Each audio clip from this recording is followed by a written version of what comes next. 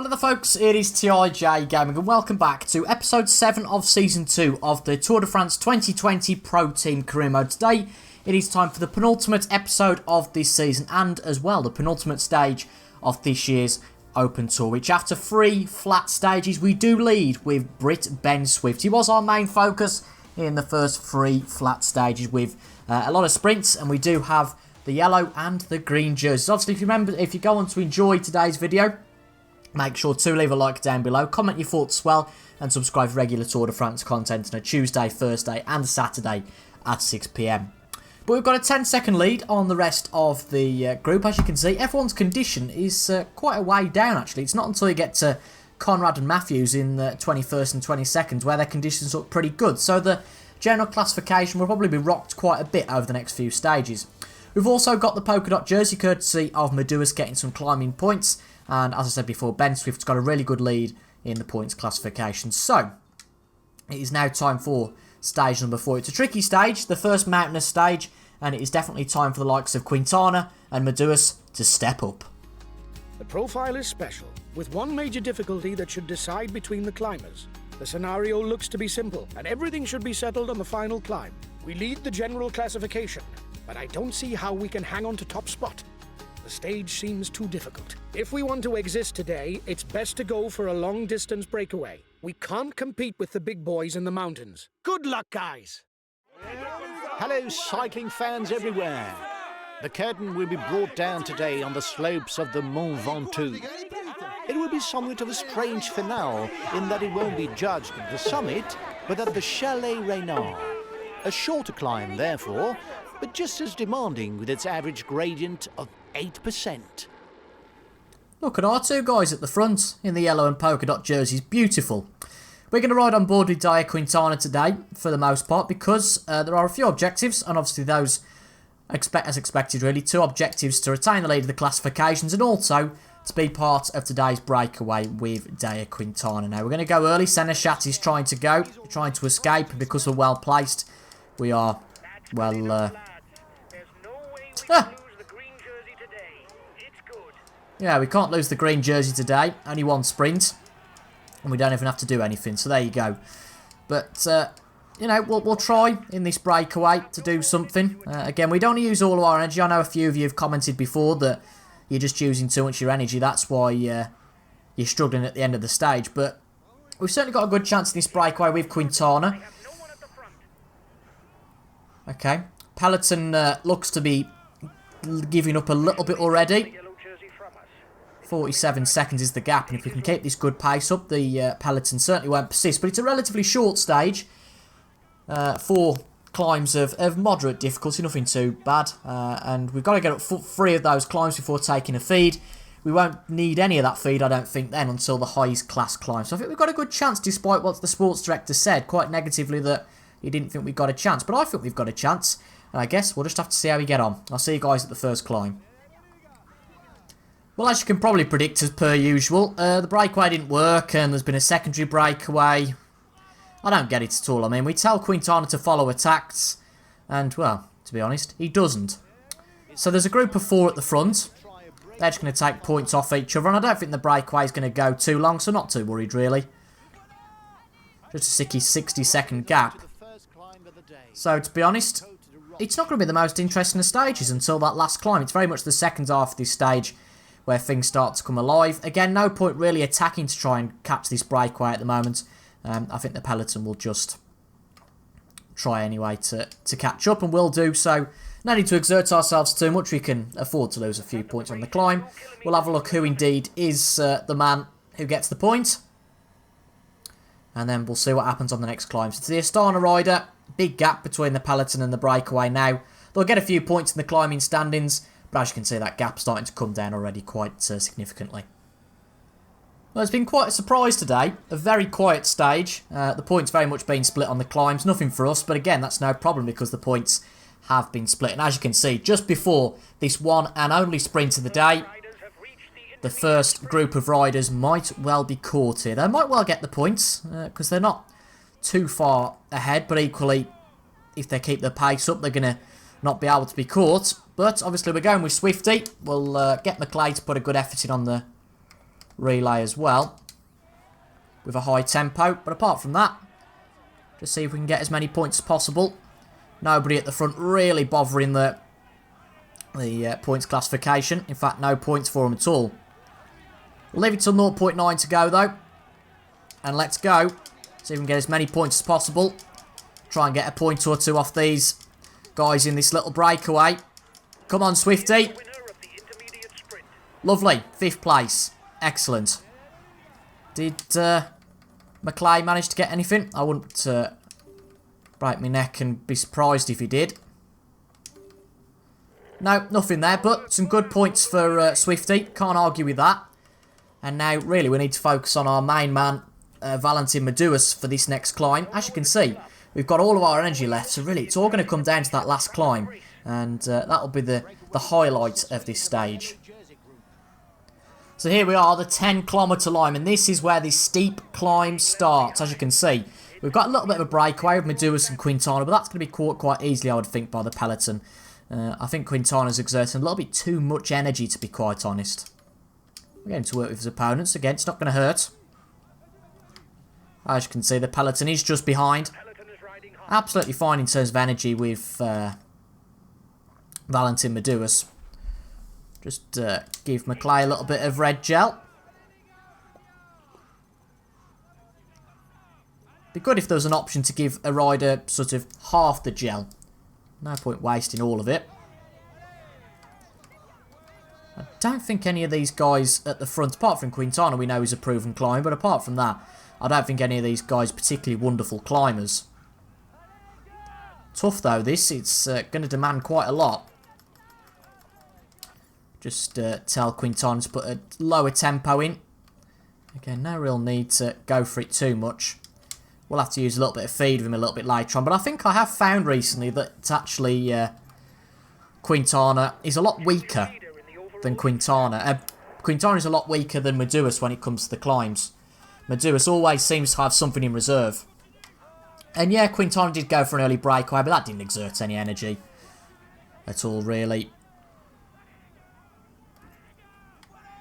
Just got a very slim lead on the peloton now. I think that might just be worth telling our guys behind just to follow, don't override. Try and keep in as best condition as possible. We know Ben Swift isn't going to be able to keep this yellow jersey. He's not a mountain climber. We're going for the green jersey with him and some good points scored today. I think very much that's going to be confirmed because we've got that many points. Well, McClay's just been dropped. Again, I'm not too fussed really. It's just our two main guys that we've got to focus on. We'll tell Quintana, maybe these guys persist smoothly rather than following, because I think that following does lose you a little bit too much time. But Meduas, I'm quite happy with him leading from the front. He's doing okay. 7.5 kilometres to go. There isn't an attack, but again, I'll take that with a bit of pinch of salt. As you can see, we're at the front, so we can react to that quite easily. But 7 kilometres to go. And in this 7 kilometres... Alright, calm down.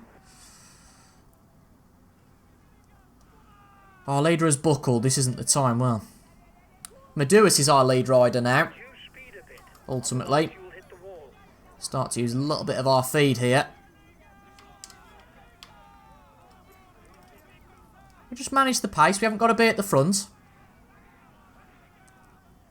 End of the day, keep more in reserve. It's the end that matters. I know that if you build a good gap, you can secure your lead, but I wouldn't worry about it. Again, these guys starting to attack, or just try and keep pace with them. If they really go up the road and start doing something, then yeah, I might be interested, but Carthy by himself isn't going to do anything. And again, he's just tried to get people to react there. Everybody taking a steady pace. No point trying to trump the competition. As you can see, there's a real gap now. The peloton of 41 is over a minute behind this group. There's only unfortunately Meduas in this group now. That's a shame to see. Quintana is out of it, but well, again, what can you do? Focus on this one guy, I'd say. But this group is only 29 now, and that number of riders is going to decrease over time. Jesink is starting to struggle, as you can see. And take a little bit more of our feed. 5.5 kilometres to go, so we're nearly halfway up.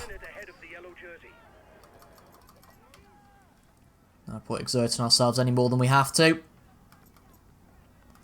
There's the 5 kilometre line, so we're halfway up now. It's a massive gap, isn't it, now, between these guys and Ben Swift. Only 5 kilometers left. Go again. Right, let's see, check everyone out behind. Might as well give them all the red gel. Maybe not Affini, he seems alright, but McClay definitely. But Meduas is doing just about fine at the moment. Obviously a nice amount of points available for the sprinters standings. Looking okay at the moment, we're happy with this. Somebody might launch an attack. We might be caught napping, as they say. But this isn't too bad at all. I'm happy with this. This lead group getting smaller and smaller as time goes on. Only 13 now in this lead group. Obviously big points available for the climbing classification. So it's all worth it. Now only 12 in the group. Might as well tell the guys behind to take all their gel. You can take your red now. But again, we can't control everyone. Someone else has just fallen off the back of the group as well. For Molo. There is a group of 8 that's interesting, I suppose. About 25 seconds back. But I think it's going to be one of these 11 who wins the race. Some solid guys in there. Rakenbach, I know, won a mountain stage last year. Gegenhardt, Amador for Ineos. All good riders. But we're doing just okay at the moment. Just take a little bit more feed. Now only 7 in this group. Just shows how good of a climber Meduas is. There's that many quality riders behind who are starting to struggle. Another 3 kilometers and it's the finish. Could all fail for us. Again, there could be someone who's kept a lot in reserve. But this is going to blow away gaps on the general classification. Unfortunately, as you can see, everybody behind has got a 38-second advantage on us. We just lost it in the sprints with our guys, apart from Swift in that first stage. So that didn't really help Meduas out. If we can do well here, we might be able to get a better gap than that. I think everyone's had their feed now, haven't they? Yeah, I think Affini's just got his blue gel left. Okay, I'll consume a speed. But again, no need to use any more than we need to. No, that red gel's not going up, so we're okay. Just need to avoid blowing up before the end, that's all. It is a little bit more feed. Bear in mind, there's only 2Ks to go now. I think this group of 7 is probably going to be together till the end. Oh, only 6 now. Rakenbach has lost it. Only 5. Benut's lost it as well. Again, if we can win this by 40 seconds, we've got a real chance. But we've got to win it first. Let's not focus too much on the gaps. But we've had some very good mountain stage wins before. And this would certainly add to it. People starting to up the pace now. I think we've got this in hand. Big gaps to those behind. So now only a kilometre to go. Let's put the throttle on.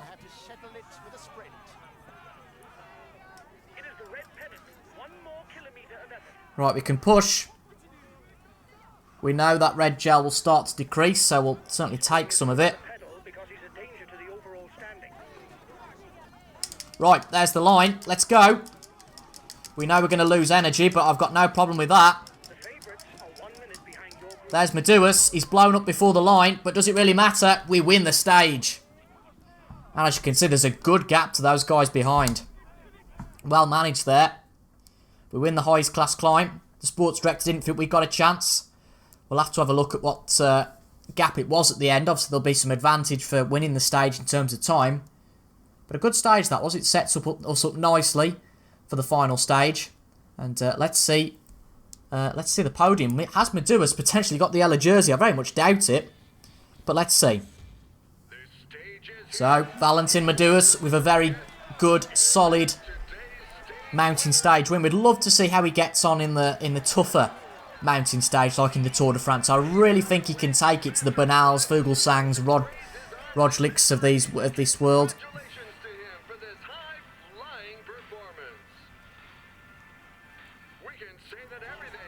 But not quite the yellow jersey yet. We can't be far off. Who is it who's got the yellow jersey? Bound to be one of the guys who finished in second or third. Nieva's got the general classification. But we've got the points, the polka dot jersey, and now the white jersey. Can we make it 4 out of 4 in the next stage?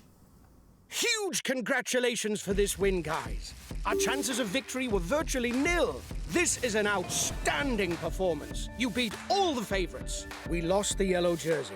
It's today's source of disappointment. Well, I think we knew we were going to lose the yellow jersey, but a fantastic gap to those guys behind. Really good performance. I mean, Quintana only being 29th. That's a good performance. Swift in the top half.